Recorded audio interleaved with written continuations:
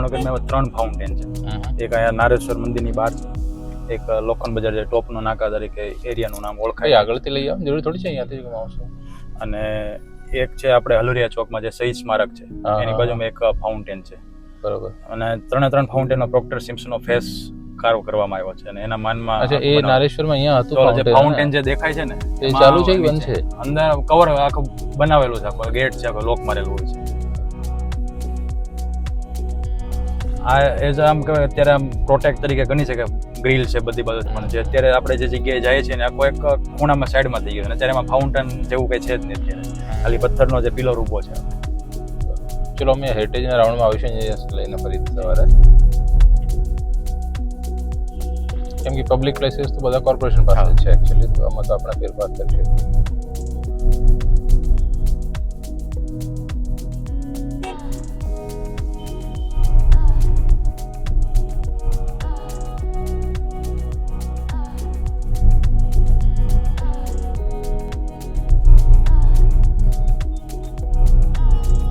ખારગેટમાં આપણે એક જગદીશ મંદિર છે, તમે નામ છે જગદીશ મંદિરમાં દરરોજ સવારે 10:30 હાંડી થાય. શું થાય? હાંડી એટલે આરતીના ટાઈમે હાંડી થાય. હાંડીમાં એટલે જે કુલડી હોય ને માટીની જે નાની નાની, એમાં ભાત બનાવવામાં ભાત હોય. બરોબર. અને 365 દિવસ આરતીના ટાઈમે જે ચાંદીની થાળીઓમાં નીચેથી લઈને કુલડી જે ભાતવાળી જે બનાવેલી હોય નીચે જઈને ચાંદીની થાળીમાં મૂકેલી દે એની મિનિટે ઓટોમેટિક 3 કટકા થાય.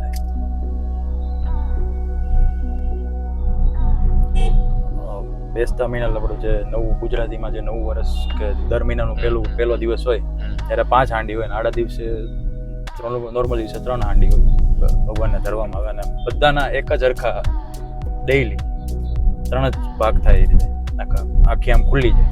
3 ભાગ એટલે 3 લોકો માટેના?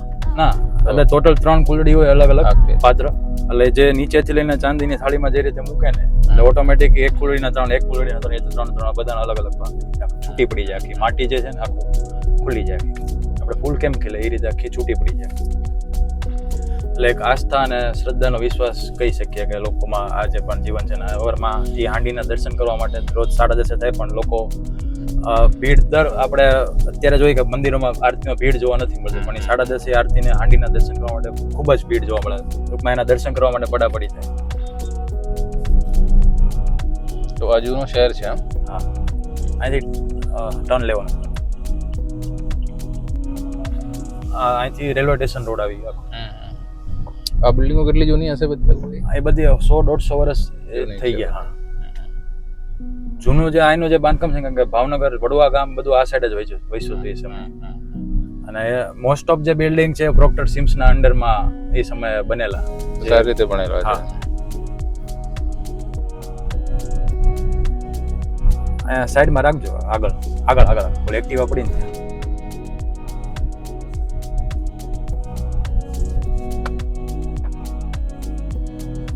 ઉતરો.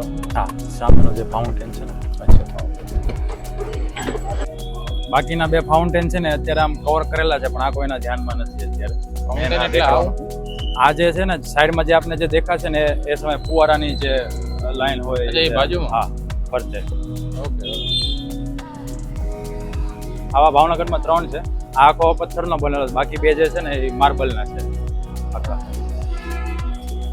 ડોક્ટર સેન્સ ભાવનગર સ્ટેટના સ્ટેટ એન્જિનિયર 1901. આમાં જે સાલ લખે છે ને બધું વિક્રમ સંવતમાં હોય એ લોકો.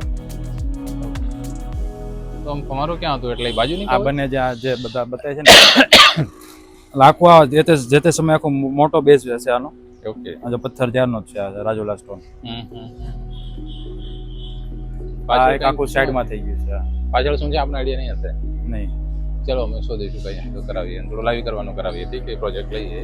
બાકીના 2 છે ને એ પ્રોટેક્ટ થઈ ગયેલા છે, જે રીતે આપણે ગ્રીલ છે એ રીતે. બાકી આ એક સાઈડ કરીને થોડું ડેવલપ કરી શકાય, જગ્યા તો છે.